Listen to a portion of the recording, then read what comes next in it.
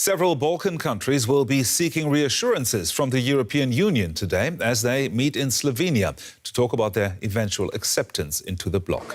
The summit got underway yesterday and member states took the opportunity to discuss issues of foreign policy following the fallout from the Afghanistan withdrawal. But much of today's deliberations will be focused on calming the nerves of Western Balkan nations who have been waiting for years to be accepted into the EU. Talks of expanding the union have recently stalled. Before our correspondent in Slovenia joins us to discuss the summit, let's take a look at one of those countries hoping to join, Albania. Some EU members are cautious about Albania's membership due to the country's problems with drug trafficking and money laundering.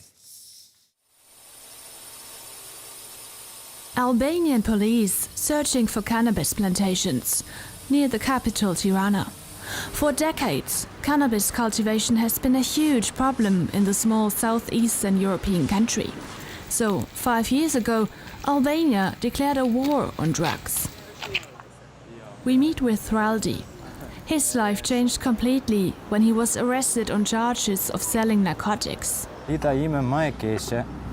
It was the worst day of my life when I saw my parents in court being ashamed of me.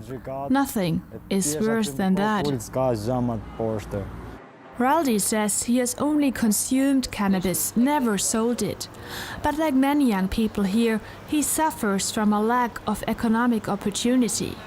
As a mechanic, Raldi only earns 500 euros a month, slightly above the average wage. All this while working 14 hours a day. All my friends who are trafficking drugs have nothing else to do. No jobs. They are doing this because they have no other perspective. We drive further north.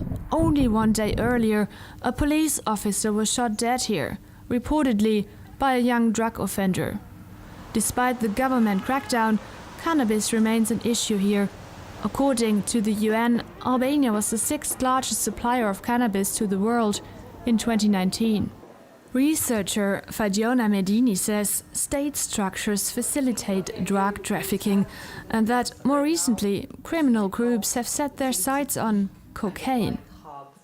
With cannabis cultivation, they have created routes and they have created connections and networks in many European countries.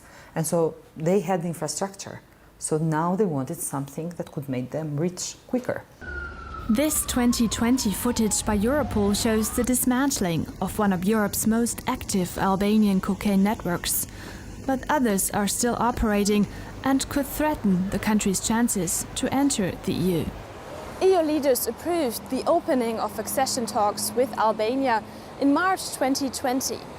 But entering the EU is a long process.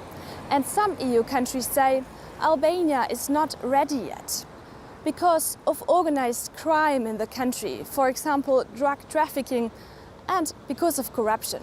The government insists it has implemented reforms. Sef Mazi is leading negotiations with the EU. Transportation of cannabis or drugs is not a national problem. This is an international problem.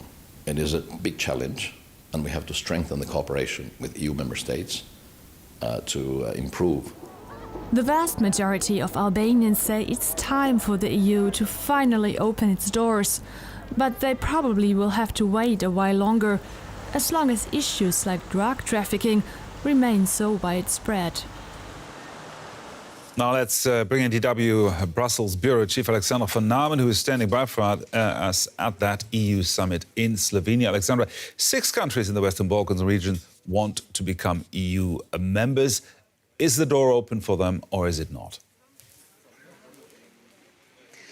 Well, we have to say that this summit here in Slovenia is of symbolic importance and we are going to hear a lot of nice words, and I saw the draft declaration of this summit where EU leaders are expected to reaffirm their unequivocal support of the European perspective for those 6 Western Balkan partners. However, what is not going to be mentioned in this document and what those countries are really waiting for is a concrete date for their admission to the European Union. And that is, of course, for them very disappointing. It's not only about the reforms that still need to be implemented, it's also about the EU itself, with many member states saying that the European Union is not capable right now of integrating new members.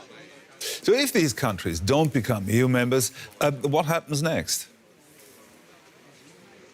Well, they are already looking for potential new partners and critics here. And also some member states are saying that further delays are going to open the door to greater Chinese and Russian influence. And the Greek Prime Minister, for example, said that the Western Balkans are at risk of becoming a hotbed for new problems. So for the EU leaders, they are aware that there is a lot of at stake, however, not ready to commit to a concrete date. But what they are promising is more help, for example, to fight the coronavirus pandemic, and also a massive economic development and investment package that is going to be offered to the Western Balkan partners here in Slovenia.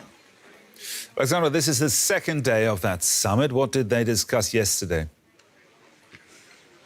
Well, a lot of issues. One important issue that was at the top of the agenda was the future role of the European Union on the international stage after the chaotic withdrawal from Afghanistan. Many member states say, listen, we have to be less dependent on the US. We need to strengthen our resilience. However, we have to add that the leaders are not on the same page what it means in concrete terms for the future of the European Union. VW Brussels Bureau Chief Alexandra van Namen in Kranji, Slovenia. Thank you very much, Alexandra.